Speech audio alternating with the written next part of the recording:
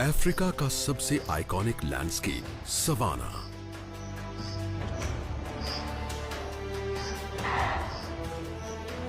ऐसा स्टेज जहां कुदरत के शानदार प्लेज होते हैं।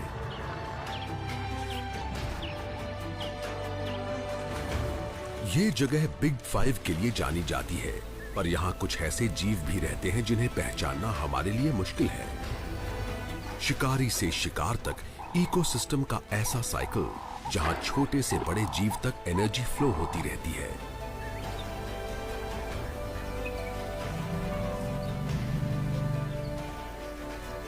सवाना की जिंदगी के अनोखे ताने बाने में हर स्पीशीज एक खास रोल अदा करती है।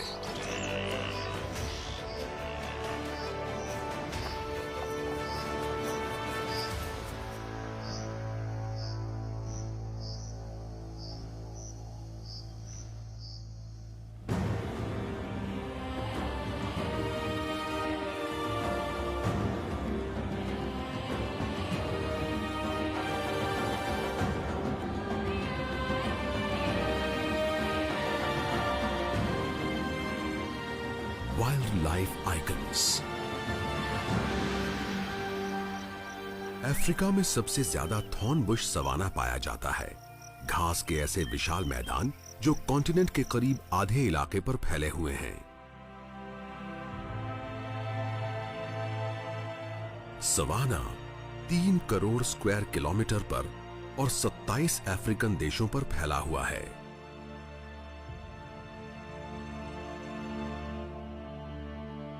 हमारे प्लैनेट का 20% हिस्सा ग्रासलैंड से ढका हुआ है।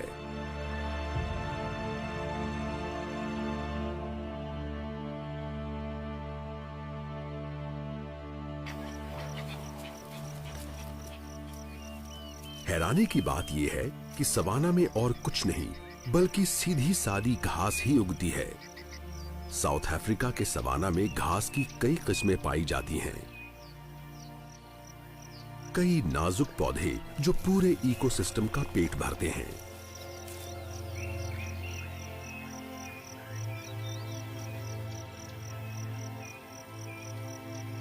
सवाना जिंदगी का काफी कॉम्प्लेक्स ताना बाना है। यहाँ फूड चेन के सबसे नीचे पौधे हैं और सबसे ऊपर हैं शिकारी। लाखों सालों से ये इलाका जिंदगी और मौत की कहानियों का गवाह बना है। ग्रासलैंड्स ग्रेजर्स के झुंडों के लिए किसी दावत से कम नहीं है, और उन कार्निवोर्स के लिए भी जो उनका पीछा करते हैं।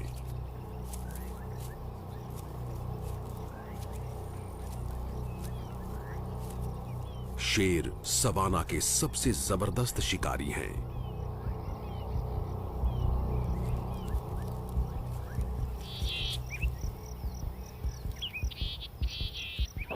आहट सुनते ही इम्पाला छिपने के लिए भागता है, पर शेर छिपकर हमला करने में एक्सपर्ट है। शेरनी की साथी भी उसकी खुशी में शामिल है। ये मिलीजुली कामयाबी है। ज्यादातर शिकारों में इन्हें खाली हाथ ही लौटना पड़ता है। प्राइड शिकार को देखकर फूला नहीं समाया। इस शिकार से इनके पूरे परिवार का पेट भरेगा, जिसमें बढ़ते बच्चे भी शामिल हैं, और इससे कई दिनों तक इनकी भूख शांत हो जाएगी। ऐसे ही हादसों की वजह से सवाना के फूड चेन की एनर्जी आगे बढ़ती रहती है। हर्बीवोर्स पौधों को खाते हैं और कार्निवोर्स हर्बीवोर्स को खाते हैं, यानी एक तरह से वो भी पौधे खाते हैं। सवाना नाम सुनते ही हमारे दिमाग में घास के खुले मैदान का नजारा उभरता है। ऐसा इलाका जहां पेड़ नहीं होते, जैसे तंजानिया का मशहूर सेरेंगेटी, पर हर घास का मैदान ऐसा नहीं होता। सवाना में बहुत सी जगहों पर पेड़ होते हैं जो घास के साथ साथ उगते हैं। सवाना के लिए सबसे जरूरी है लाइट। यहाँ के पेड़ फैले हुए होने चाहिए ताकि पत्तियों की छाया घास पर ना पड़े।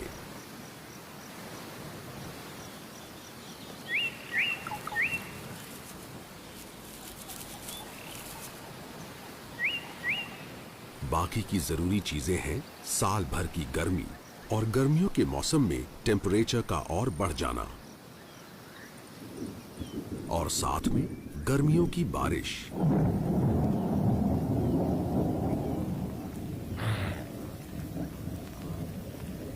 घास को फलने फूलने के लिए 50 सेंटीमीटर से ज्यादा बारिश की जरूरत होती है। और हां, हमें भूलना नहीं चाहिए कि जब जीव आकर सवाना की घास चरते हैं तो उसी चरने से नई घास को और उगने का मौका मिलता है।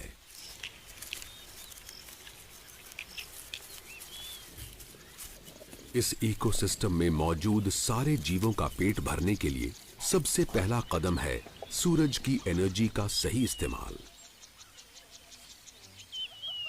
पर जीव यहां सिर्फ खाने नहीं आते, ये एक सेफ जगह भी है जहां जीवों को शेल्टर मिलता है।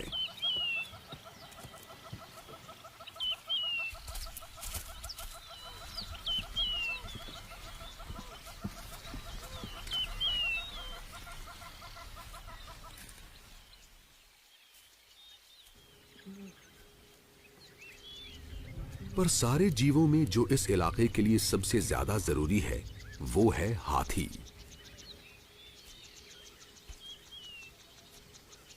इनके खाने की आदतों से ये इलाका घास का खुला मैदान बना रहता है, नहीं तो बहुत जल्दी ये जंगल बन जाता।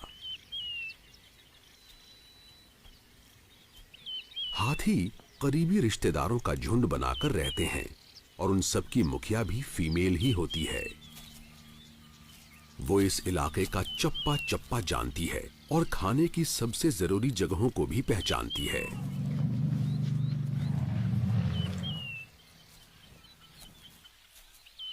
इसमें कोई हैरानी की बात नहीं कि हाथी बहुत ज्यादा खाते हैं।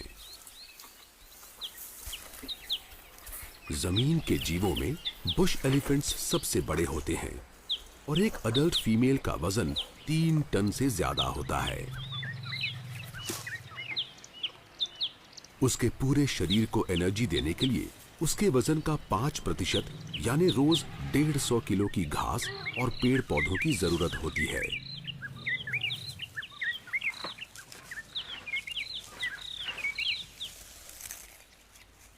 हर दिन हाथी दिन के 16 घंटे घास, झाड़ियां, यहां तक कि एक पूरा पेड़ भी खाने में बिताते हैं।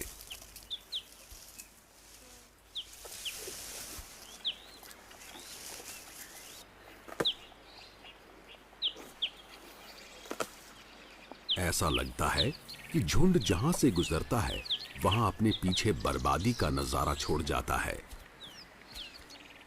पर सच्चाई ये है कि ये बर्बादी सवाना के लिए जरूरी है। किसी इलाके में पेड़ गिराकर ये पेड़ों से होने वाली छांव को कम करते हैं, जिससे रोशनी नीचे की घास तक पहुंच पाती है और वो अच्छे से उग पाती है। गिरी हुई ब्रांचेस से नई घास को प्रोटेक्शन मिलता है, क्योंकि तब ग्रेजर्स उन तक पहुंच नहीं पाते।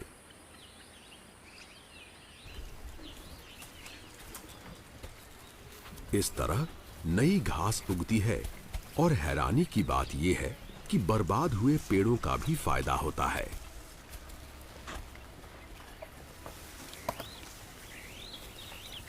अकेशिया जैसी हार ना मानने वाली स्पीशीज ने फिर से उगकर अपनी बर्बादी का सामना करना सीख लिया है। अकेशिया का पौधा अपने बीजों को फैलाने के लिए भी हाथियों पर ही डिपेंड करता है। हाथियों का डाइजेशन कमजोर होता है, तो वो जो बीज खाते हैं वो कई बार बिना डैमेज हुए ऐसे ही निकल जाते हैं।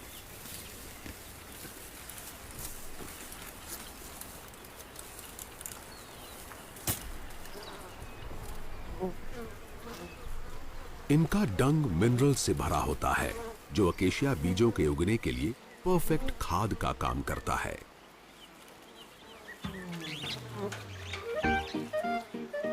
ये मिनरल्स बाकी जीवों को भी सहारा देते हैं। डंग बीटल्स उसे खाते हैं और डंग बॉल्स को धक्का देकर दूर ले जाते हैं ताकि उससे घोंसला बना सकें, जो उनके लार्वे के खाने की तरह काम आएगा। ये कामकाजी बीटल्स आसपास की मिट्टी को फर्टिलाइज करते हैं और बीजों को भी फैला देते हैं और यही बीज नए इलाकों में उगते हैं। तो हाथी जो पौधे खाते हैं उन्हें उनके ही खाद से न्यूट्रिशन भी मिलता है और जीवन की एक दूसरे से जुड़ी कड़ियां आगे बढ़ती जाती हैं। एक बार परिवार का पेट भर जाए तो हेड फीमेल इन्हें खाने के लिए नए इलाकों में ले जाती है। इस इलाके को नया बनाने के लिए हाथी बहुत जरूरी होते हैं और फिर ये अलग अलग तरह के जीवों का घर बनता है। दुनिया में सबसे ज्यादा एंटीलोप अफ्रीका में ही पाए जाते हैं, जिसमें से ज्यादातर सवाना में रहते हैं। ब्लू विल्डरबीस्ट के बड़े हर्ड्स यहाँ इकट्ठा होते हैं और फास्फोरस और नाइट्रोजन से भरपूर घास चरते हैं। घास के खत्म हो जाने पर मजबूरी में विल्डरबीस्ट को आगे बढ़ना ही होगा। नए इलाकों की तलाश में कई बार ये दूसरे जीवों के झुंडों के साथ हो लेते हैं। शिकारियों से बचने के लिए विल्डरबीस्ट ग्रुप बनाकर रहते हैं और कई बार ये ज़ीब्रा जैसे ग्रेजर्स के साथ रहना पसंद करते हैं। हैरानी की बात यह है कि खाने की अलग अलग आदतें होने की वजह से इन स्पीशीज के बीच खाने को लेकर कोई मनमुटाव नहीं होता।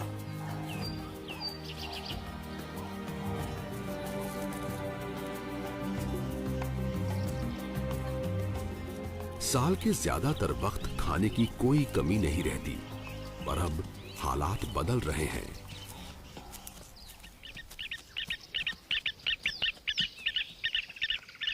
सूखे का अंत हो रहा है, जो सवाना में बहुत ही मुश्किल वक्त होता है।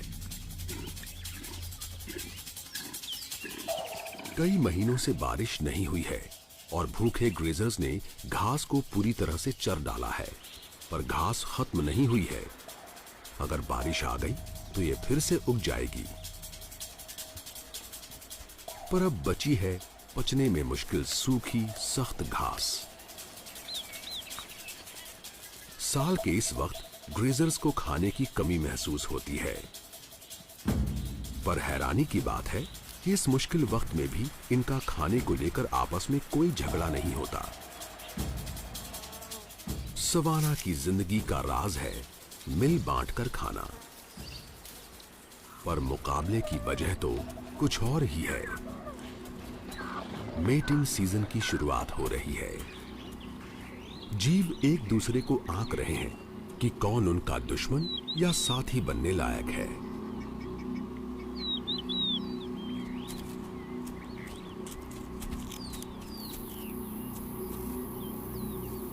शिकारी कमजोर जीवों को चुन रहे हैं और स्कैवेंजर्स बचा खुचा पाने की उम्मीद में चक्कर लगा रहे हैं।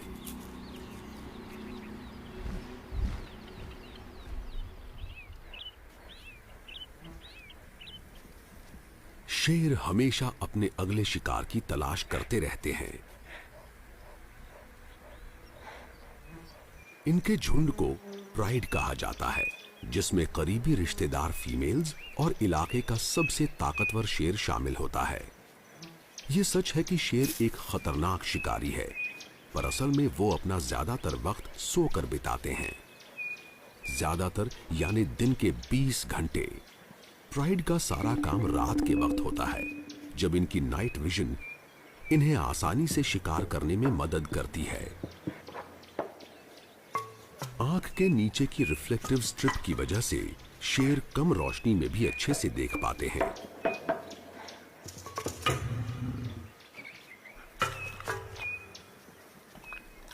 पर अभी तो ये कम से कम काम करेंगे। पेड़ की ठंडी छांव की वजह से फैमिली आराम से रिलैक्स कर सकती है।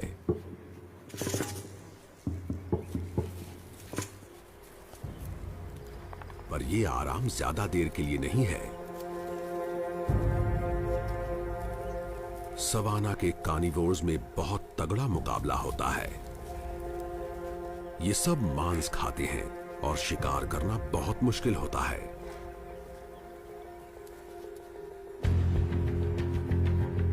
प्राइड में ज्यादातर शेरनी ही शिकार करती है।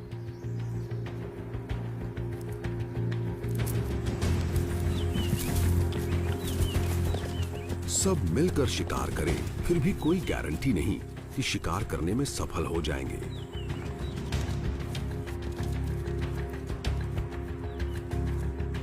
प्राइड शिकार करने का कोई मौका नहीं छोड़ रहा, इसलिए सवाना के जीवों को बहुत संभल कर रहना होगा।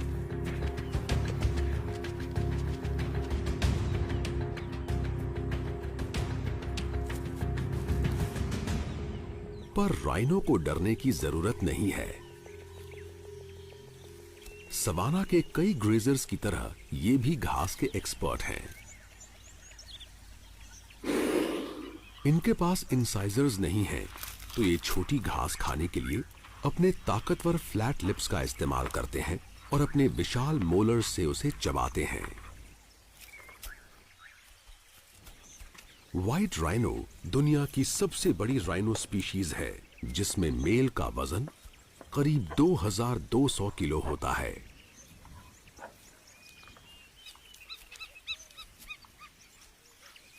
फीमेल के साथ इसका 6 महीने का बच्चा भी है।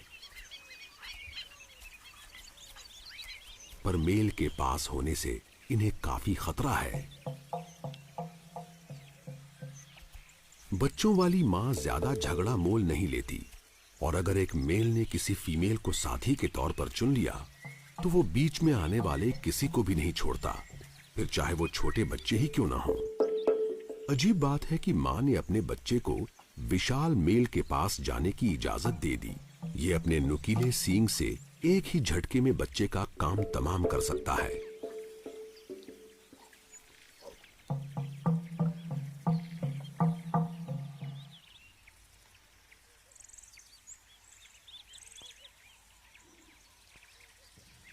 पर मेल का बर्ताव काफी हैरानी भरा है।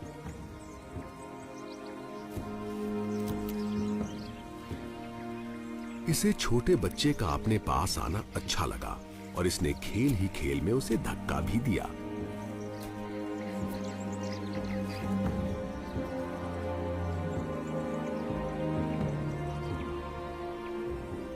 मेल्स अपनी ज्यादातर जिंदगी अकेले बिताते हैं, पर कभी-कभी अपने से कमजोर मेल्स को अपने इलाके में आने भी देते हैं।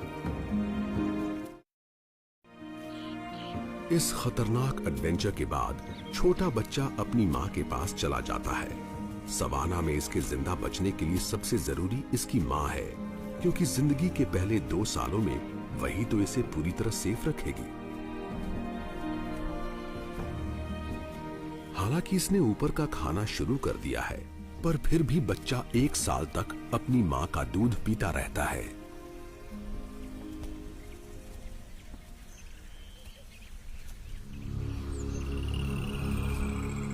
चूंकि ये बड़े, मोटी चमड़ी वाले और हथियारों से लैस जीव होते हैं, इसलिए एक अडल्ट राइनो का कोई नेचुरल शिकारी नहीं होता।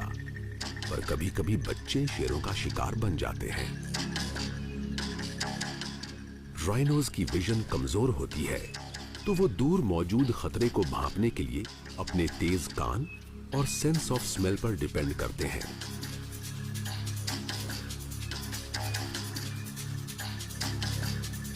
मां शेर को साफ साफ देख तो नहीं पा रही, पर वो उसे स्मेल जरूर कर सकती है। इसका बच्चा आसान शिकार बन सकता है, इसलिए ये कोई खतरा नहीं उठाएगी। राइनो 40 किलोमीटर प्रति घंटे की रफ्तार से भागकर सामने वाले को जोरदार टक्कर मार सकते हैं।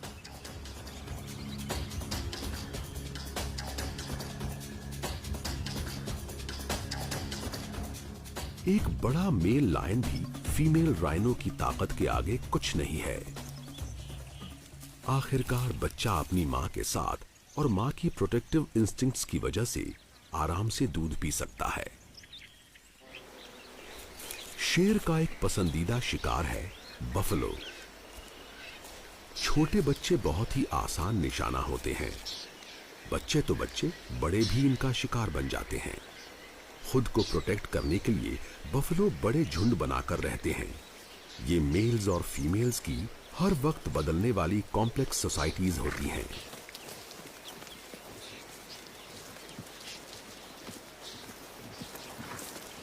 अगर पूरा झुंड या हर्ड एक हो जाए तो ये शेरों की पूरी प्राइड का सामना कर सकता है। पर हर्ड्स पर ऐसे जीव भी हमला करते हैं जो इनके खून के प्यासे होते हैं। पैरासाइट्स के झुंड इनकी चमड़ी से चिपककर खून पीते रहते हैं। इनके तेज नुकीले सींग इन कीड़ों के डंक से इन्हें नहीं बचा सकते। पर बफलो ने भी एक प्लान बना रखा है, जो है रेड बिल्ड ऑक्सपेकर्स के साथ मिलजुल कर रहना।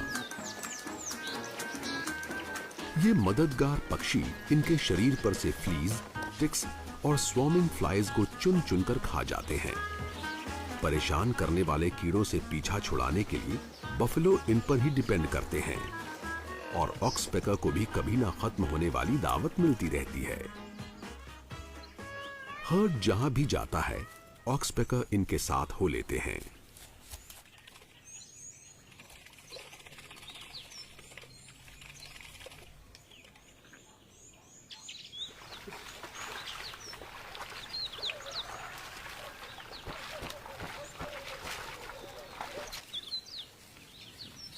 झुंड बनाकर रहने के अपने फायदे भी हैं और नुकसान भी। बफलो के लिए झुंड की जिंदगी का मतलब है खाने को बांटना। तो ये खाने में ज्यादा नखरे नहीं दिखा सकते। सवाना में ज्यादातर घास ही मिलती है, पर बफलो के लिए कुछ खास डिशेस भी मौजूद होती हैं। विशाल जीव होने की वजह से ये सवाना की झाड़ियों के ऊपर तक पहुंच पाते हैं।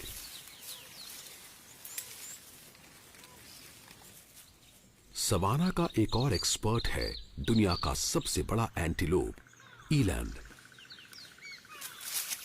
मेल्स इंसान जितने लंबे होते हैं, यानी कंधे से नापा जाए तो इनकी लंबाई 5.2 फुट होती है, पर ये किसी इंसान से 10 गुना ज्यादा भारी होते हैं। बफलो की तरह ईलैंड भी घास और पत्तियां दोनों खाते हैं, और जो अवेलेबल होता है उसके मुताबिक ये डाइट बदल लेते हैं।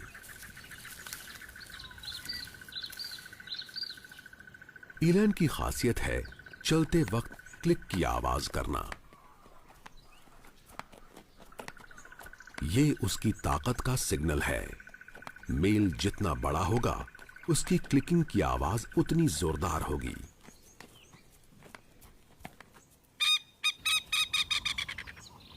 सवाना का एक और एंटीलोप बहुत ही छोटा और चालाक है, और शायद ये सबसे शानदार भी है, कूडू। ये छिपकर रहना पसंद करते हैं और कभी कभार ही खुले में दिखाई देते हैं। सवाना के कई शिकारियों के शिकार कूडू के पास पट्टियों वाला कोट होता है, जो उसे आसपास के इलाके में कैमोफ्लाज कर देता है।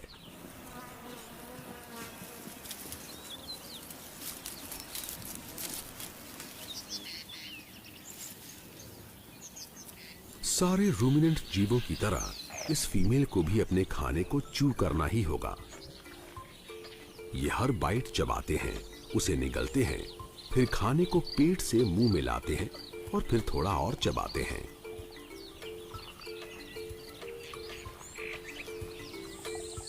दूसरी बार चबाते वक्त जीव के पेट के बैक्टीरिया पत्तियों में मौजूद सेलुलोज को ब्रेक करते हैं।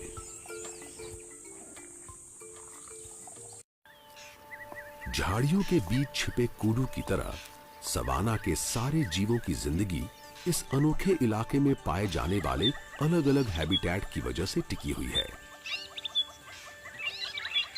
सवाना दुनिया के सबसे रिच बायोम्स में से एक है।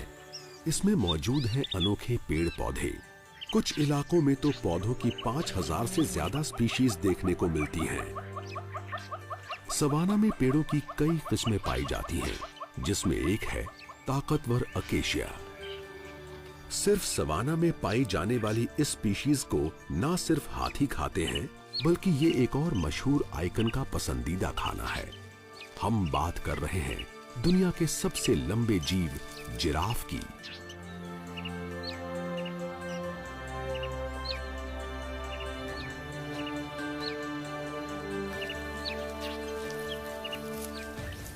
मेल जिराफ की लंबाई करीब 16 फुट होती है, जिससे वो पेड़ों के ऊपरी हिस्सों की पत्तियों तक पहुंच पाते हैं। लंबी टांगों की वजह से जिराफ का चलने का अंदाज बहुत अजीबोगरीब होता है। अपने बड़े डिनर प्लेट साइज्ड हूव्स की वजह से गिरने से बचने के लिए इनकी एक तरफ की दोनों टांगे एक साथ आगे बढ़ती हैं। कम एक्सेलरेशन होने के बावजूद 55 किलोमीटर प्रति घंटे की स्पीड से दौड़कर ये शेरों को पीछे छोड़ सकते हैं।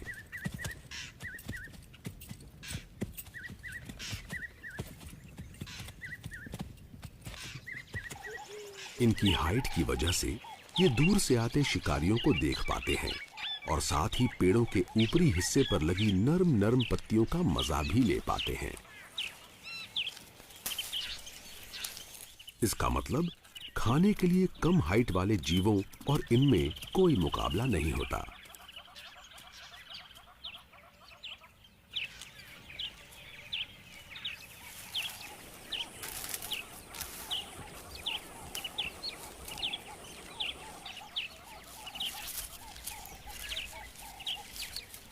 इन्हें फायदा सिर्फ अपनी लंबी गर्दन से ही नहीं मिलता। इनके पास एक फ्लेक्सिबल 45 सेंटीमीटर लंबी जबान है, जो उनकी पहुंच को और बढ़ा देती है। अकेशिया के कांटे भी इन्हें रोक नहीं पाते। फिर भी पेड़ पूरी तरह से जिराफ की दया पर नहीं होते। अकेशिया बहुत ही अमेजिंग तरीके से अपनी रक्षा करना जानता है।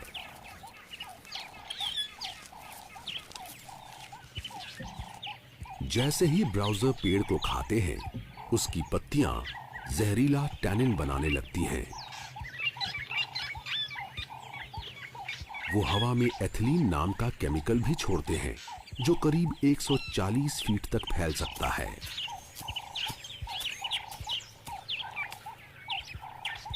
साइंटिस्ट्स ने यह पता लगा लिया है कि अकेशिया जिराफ से एक कदम आगे रहते हैं। जिस पेड़ को नुकसान हुआ है वो केमिकल्स छोड़ता है और आसपास के पेड़ उस केमिकल को पहचान कर अपने केमिकल डिफेंसेस को एक्टिवेट कर लेते हैं। कुछ ही मिनटों में इलाके के सारे पेड़ जहरीले हो जाते हैं। ये एक तरह की चेतावनी है जो पौधों को भूखे जीवों से बचाने के लिए इवॉल्व हुई है। पर पौधों का जहर सबसे ज्यादा बर्बादी करने वाले ग्रेजर्स के लिए काफी नहीं होता। फीमेल हेड और उसका परिवार पास के पेड़ों को खाने में लगा हुआ है। हाथी अपने खाने में टैनिन, लेटेक्स और हाइड्रोजन साइनाइड के हाई लेवल्स को सहन कर सकते हैं। ये सिर्फ इसलिए मुमकिन हुआ क्योंकि ये मौसम के हिसाब से अपना खाना बदल लेते हैं और बारिश के बाद फिर से घास पर लौट आते हैं। सवाना की फूड चेन में हर जीव ने अपनी जगह के हिसाब से बदलाव लाए हैं। ये है कुदरत का अपना रिसाइकलिंग सिस्टम, जहां बर्बादी का मकसद है नई जिंदगी को जन्म देना।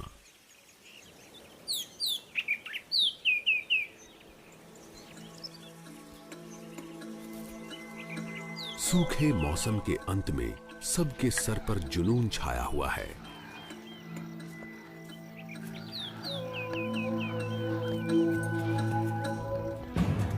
मेटिंग की तैयारी में विल्डबीस्ट ने पूरे इलाके को बांट लिया है।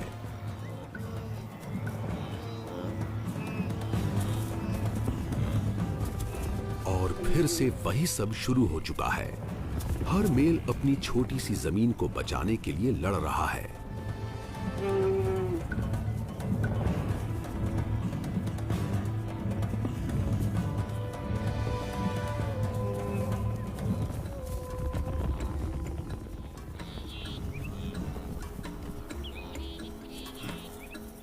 अगर ये अपने इलाके को बचा सका और अपनी फीमेल्स को सेफ रख सका तो इसे मेटिंग करने का मौका मिलेगा।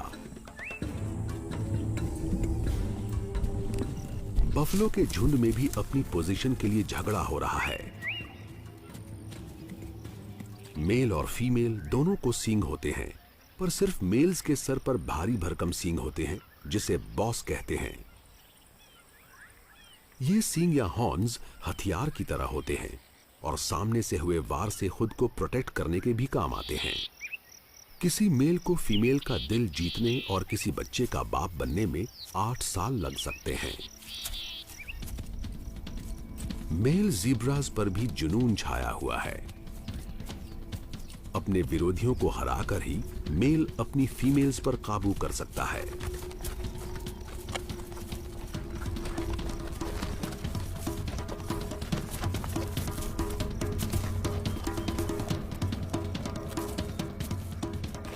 अगर कोई चैलेंजर ये लड़ाई जीत गया तो सारी फीमेल्स भी उसकी हो जाएंगी।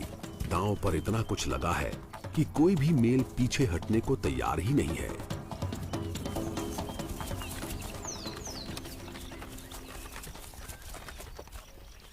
पर मार धाड़ से हमेशा बात नहीं बनती। इनके आकार और नुकीले सींगों के बावजूद इलैंड बहुत पीसफुली रहना पसंद करते हैं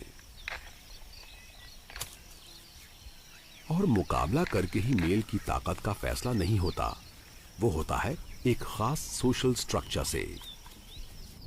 गर्दन के नीचे की मोटी चमड़ी यानी ड्यूलैप या थैले के साइज से लेकर इनके सींगों का साइज जैसी चीजें ये फैसला करती हैं कि फीमेल्स के दिल में कौन जगह लेगा।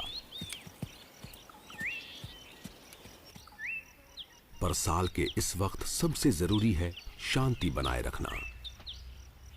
बड़े जिराफ आमतौर पर अकेले रहना पसंद करते हैं, पर फीमेल से मेटिंग करने के लिए इन्हें अपनी ताकत का सबूत देना होगा।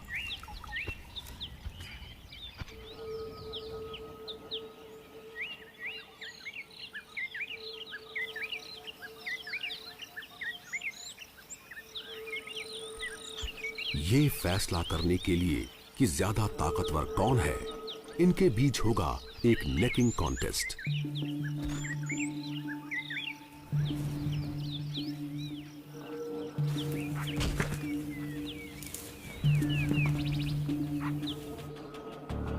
पैरों को निशाना बनाकर दोनों सामने वाले को गिराने की कोशिश में हैं।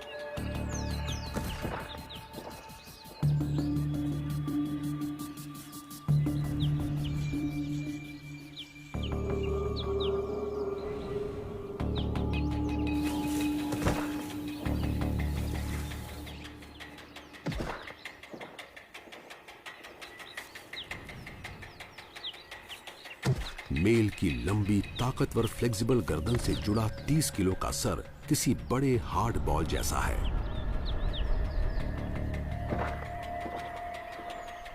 और उसके छोटे टफ सींग किसी को भी घायल कर सकते हैं।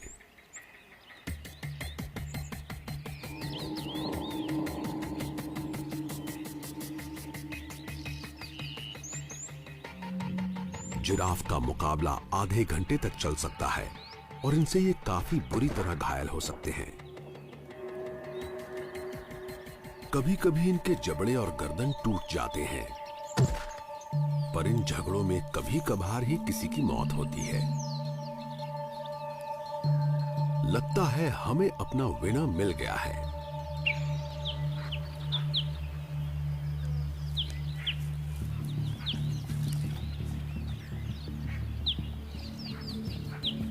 सर ऊंचा उठाए, ये फीमेल का दिल जीतने की पूरी कोशिश कर रहा है ताकि ये अपने चैंपियन जीन्स अगली जनरेशन को पास कर सके। इसका अगला चैलेंज है किसी फीमेल का दिल जीतना।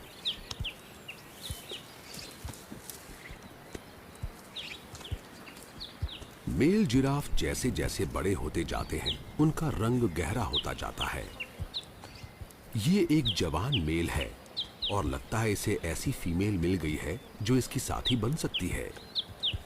पूंछ हिलाकर वो बता रही है कि उसे भी वो पसंद है, तो अब मेटिंग के मौके तगड़े हैं।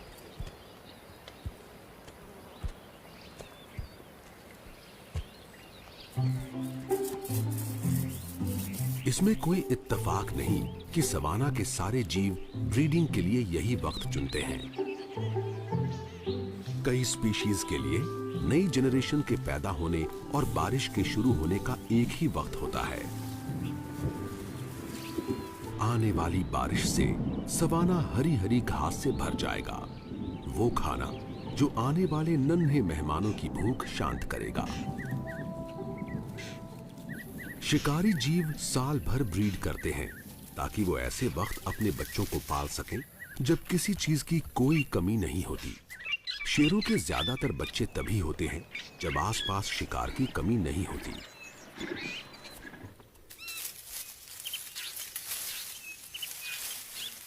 बाकी मेल्स के साथ मुकाबला करके इस ताकतवर मेल ने फीमेल की प्राइड पर हक जमा लिया है।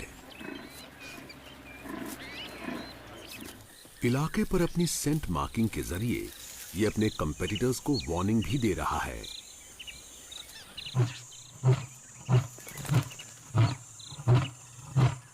कई दिनों से इसका दिल एक फीमेल पर आया हुआ है।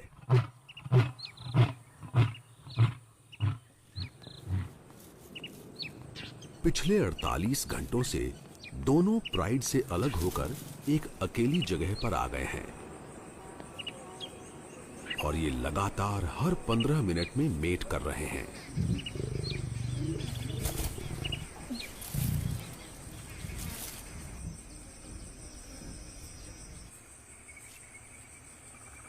शेर बहुत जल्दी और दिन और रात भर में 40 बार तक मेट करते हैं ताकि फीमेल प्रेग्नेंट हो ही जाए।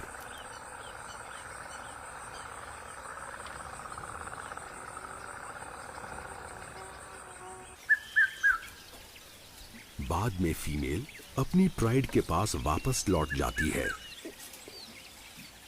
अगर वो प्रेग्नेंट हो गई है तो 3 महीने में बच्चों को जन्म देगी।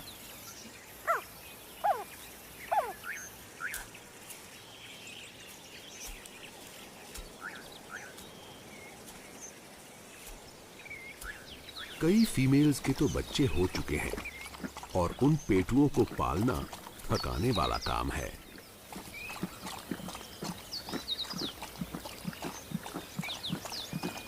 प्राइड में फीमेल्स अपनी ब्रीडिंग के वक्त का इस तरह तालमेल बिठाती हैं ताकि वो मिलकर बच्चों की देखभाल कर सकें और उन्हें दूध पिला सकें। एक ही उम्र के बच्चों के जिंदा रहने के मौके ज्यादा होते हैं क्योंकि एक ही साइज के होने की वजह से सबको बराबरी से खाना मिलता है। 11 महीने के होने पर बच्चे बड़ों के साथ शिकार पर जाना शुरू करते हैं। तब तक इन्हें अपनी मां की वॉचफुल नजरों के सामने ही रहना पड़ता है। ब्रीडिंग सीजन सारी स्पीसीज के लिए थकाने वाला वक्त होता है, खासकर सूखे के आखिर में, क्योंकि तब खाने की बहुत कमी रहती है। पिछले कुछ महीनों में हाथी लगातार सूखे इलाके से गुजर रहे हैं। साल के इस वक्त उनके खाने का 70% हिस्सा होता है पेड़ और झाड़ियां। पर हाथी ताजा घास भी खाते हैं और वो पानी के बिना बढ़ नहीं सकती। हर चीज अब सिर्फ बारिश का इंतजार कर रही है। हेड फीमेल ने हवा को सूंघा। हाथियों के सूंघने की शक्ति बहुत तेज होती है। इनके कान भी बहुत तेज होते हैं और ये दूर कड़कती बिजली जैसी लो फ्रीक्वेंसी की आवाजों को भी सुन लेते हैं। कहा जाता है कि ये सैकड़ों किलोमीटर दूर से भी आती बारिश को भांप लेते हैं।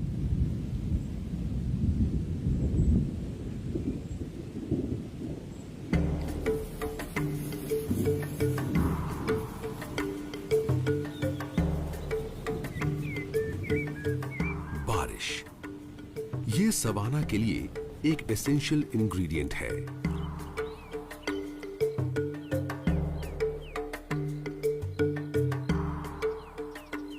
कुछ ही दिनों में गीली जमीन से पहला बीज फूटकर बाहर निकलेगा। सवाना के जीवों के लिए ताजा खाना तैयार हो रहा है। अब हर जगह नई शक्लें दिखाई दे रही हैं।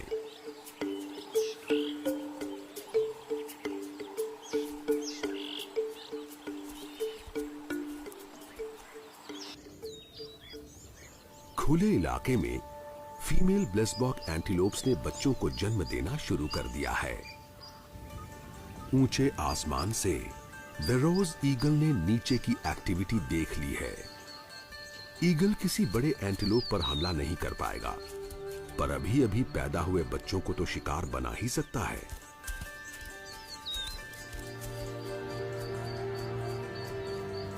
ईगल को हमला करने की जरूरत ही नहीं पड़ी, उसे वहीं फेंका हुआ आफ्टर बर्थ मिल गया और ये उसके लिए परफेक्ट खाना है।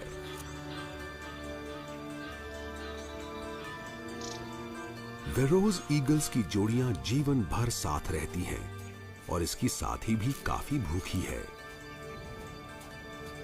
ईगल्स एक्सपर्ट हंटर होते हैं, पर मौका मिलने पर ये छोड़ा गया मांस भी खा लेते हैं और इस तरह ये सवाना फूड चेन की बहुत ही जरूरी कड़ी का काम करते हैं और सारे न्यूट्रिएंट्स को रिसाइकल करके चेन में वापस शामिल कर लेते हैं।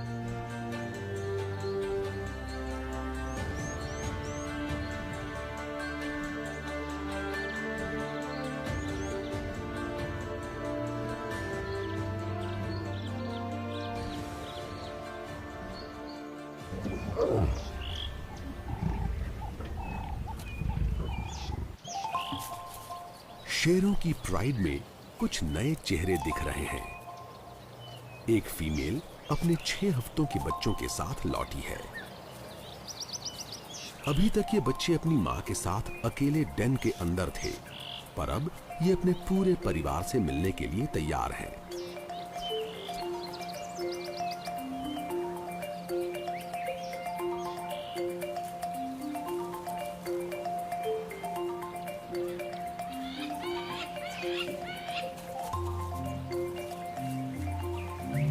वो फीमेल कब्स जो जिंदगी भर इसी प्राइड में रहेंगी, उनके लिए ये शुरुआत है लंबे रिश्ते की। साल के इस वक्त जन्मे इन बच्चों के लिए खाने की कोई कमी नहीं है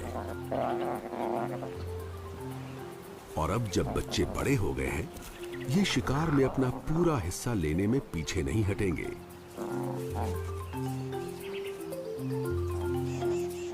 कुछ वक्त में मां बच्चों को शिकार करना सिखाएगी और ये भी कि सबसे ताकतवर शिकारी कैसे बना जाता है, पर अभी तो ये आजादी से खेल सकते हैं, घूम फिर सकते हैं।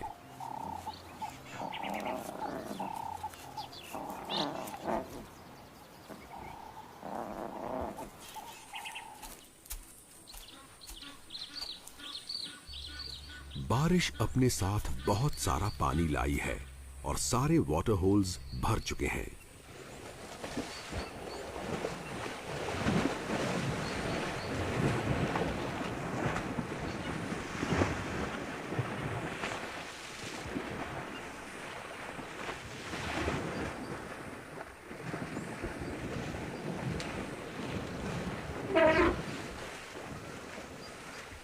हाथियों को गीला होना बहुत अच्छा लगता है।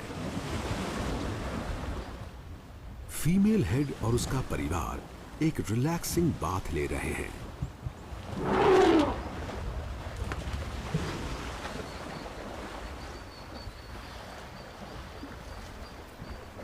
हाथी सूखे के दौरान भी पीने का पानी ढूंढने में एक्सपर्ट होते हैं और अगर ऐसी गहरी वाटर बॉडी मिल जाए जिसमें कूदा जा सके तो मजा आ जाता है।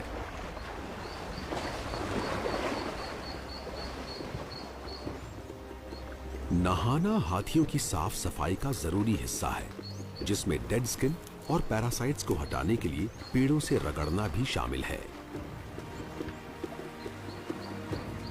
पूरी फैमिली साथ मिलकर सफाई में जुटी हुई है।